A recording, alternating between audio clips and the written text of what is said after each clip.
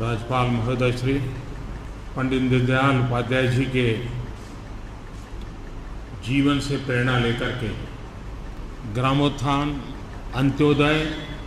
इस दिशा में आपने सबने मिलकर के जो कार्य किया है और अभी जो मुझे उसकी एक झलक देखने का अवसर मिला, एक गौरव होता है कि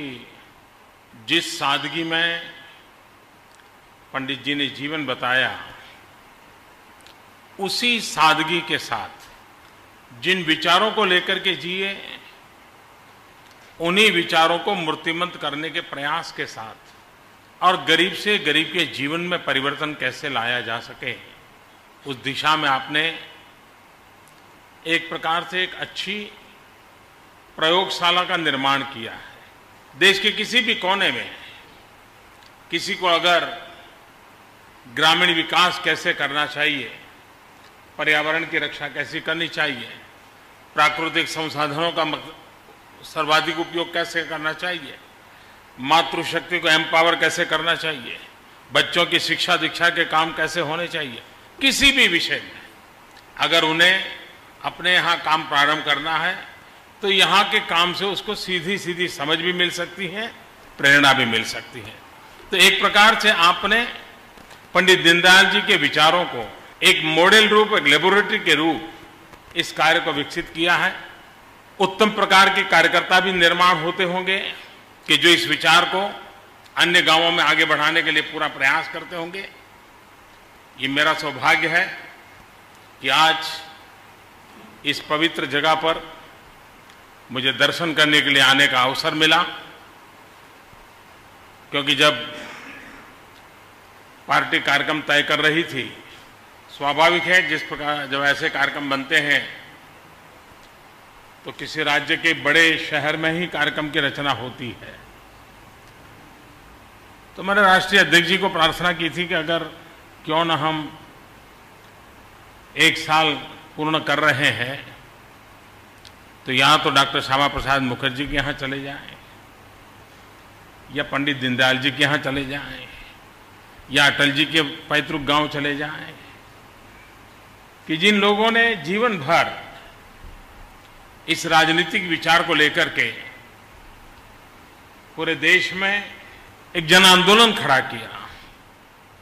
पीढ़ियां खप गई, उसके जो प्रेरणा स्थल है, हम वहीं पर अपना एक साल क्यों न मनाएं। और उस विचार में से आज दीनदयाल धाम में ये कार्यक्रम हो रहा है। कईयों को आश्चर्य होगा कि एक छोटे से पंचायत में जाकर के कोई अपना पूरे साल भर की सफलता का इतना बड़ा अवसर क्यों मनाता है। मैं समझता हूं कि साल भर की सफलता का जितना संतोष, उसकी अपनी जितनी ताकत है, उससे ज्यादा ताकत दीनदयाल जी के जीवन से प्रेरणा में है। और इसलिए यहां से जो प्रेरणा मिलेगी वो आने वाले वर्षों में और अधिक काम करने का उत्साह बढ़ाएगी। दलित, पीड़ित, शोषित, वंचित, गरीब, किसान, गांव, उनके कल्याण के लिए सरकार की सारी योजनाएं चलें, उसके लिए प्रेरणा मिलेगी। और जिस संकल्प को लेकर के हम चले हैं, उस संकल्प को पूर्ण करने में एक नई शक्ति का संचार होगा।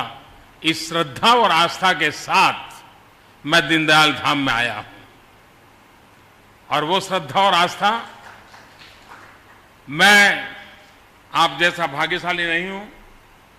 क्योंकि मुझे पंडित दीनदयाल जी के दर्शन करने का सौभाग्य नहीं मिला था। मेरा सार्वजनिक जीवन बड़ा देर से शुरू हुआ, लेकिन इतना स्मरण है, जब देश ने दीनदयाल जी को खोया था, उस दिन के खबरों में मेरे मन को बड़ा आंदोलित कर दिया था, और तब से जाकर के यात्रा चल पड़ी है। आज मैं फिर से उस महामानव के चरणों में प्रणाम करता हूं, और उन्होंने हम सबको जो शिक्षा दीक्षा दी है, चिंतन और चरित्र दिया है, मार्ग दिया है, मनन दिया है, हम उसी को चरितार्थ करते हुए आगे बढ़े, यही वो हमें आशीर्वाद दें, हमें शक्ति दें। और आप जिस महान कार्य की नींव लगा करके बैठे हो, मुझे विश्वास है कि आपके पुरुषार्थ से यहाँ के सामान्य जीवन में भी जो बदलाव आया है वो और अधिक आएगा। यहाँ का जीवन अपने आप में एक संतुष्ट जीवन का उदाहरण बन के रहेगा। मेरी आप सबको बहुत बहुत शुभकामनाएं हैं। बहुत बहुत धन्यवाद। भारतीय जनता पार्टी की केंद्र सरकार ने, गृह मंत्रालय ने ऑर्डर जारी करके ये कह दिया भाई अब दिल्ली की एंटी करप्शन ब्रांच